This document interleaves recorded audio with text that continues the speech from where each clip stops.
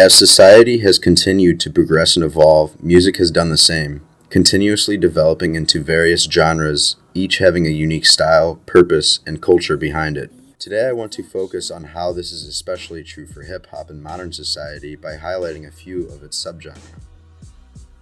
Hip-hop gets its name from the hip-hop cultural movement starting in the 70s out of the South Bronx in New York City, were the start of an underground community consisting primarily of African Americans and Latino Americans was born.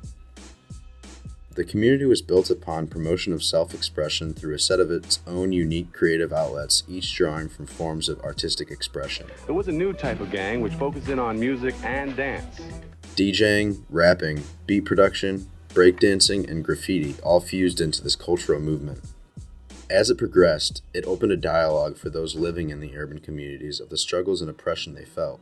And it gave the younger generation living in those urban communities hope for the future and role models to look up to.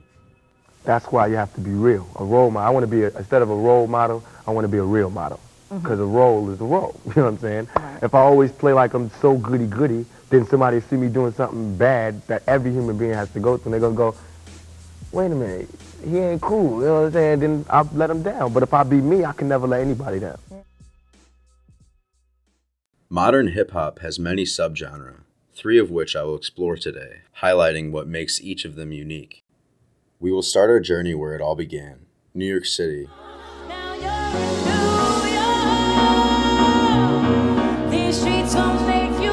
New York City hip-hop in the modern-day mainstream has transitioned from the old-school hip-hop it gave birth to in the 70s to a unique subgenre.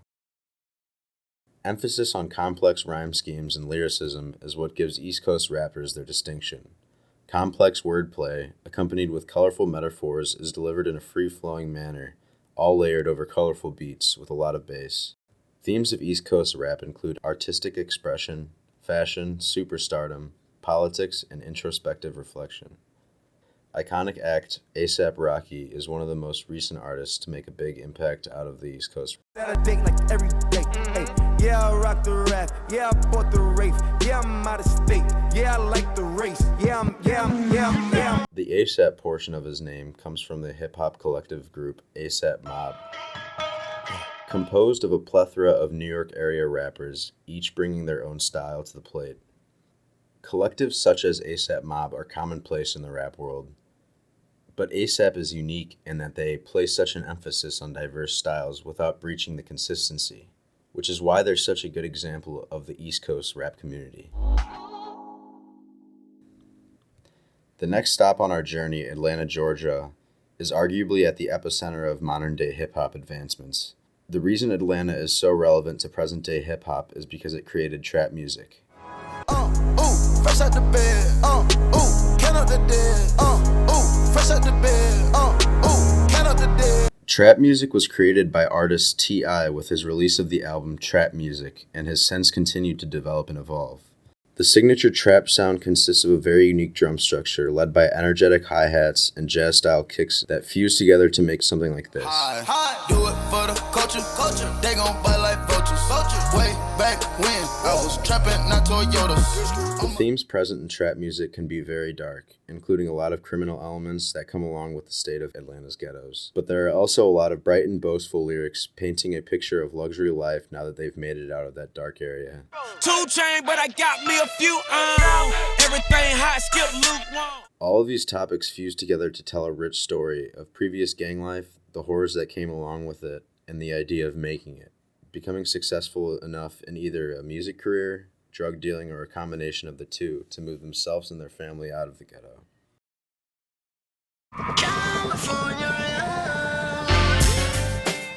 Our last stop is on the West Coast.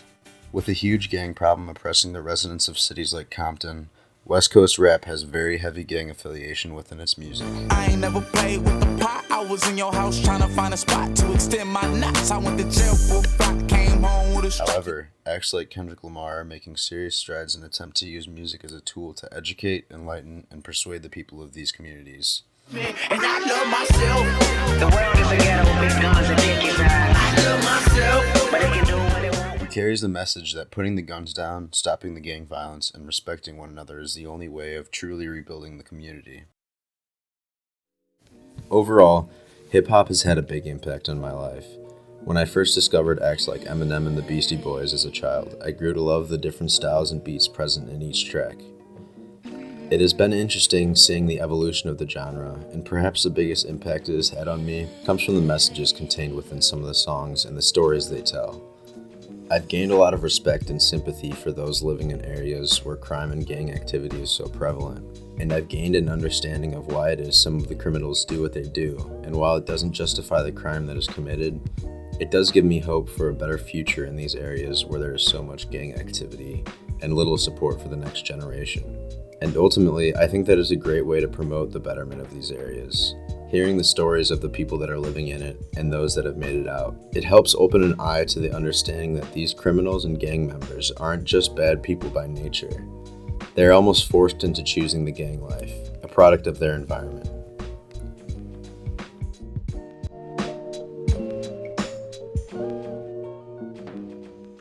It definitely is. It definitely is. And from Compton, I could have easily came out and said, I did this, I did that. I done killed a whole bunch of just giving off fact where I'm from.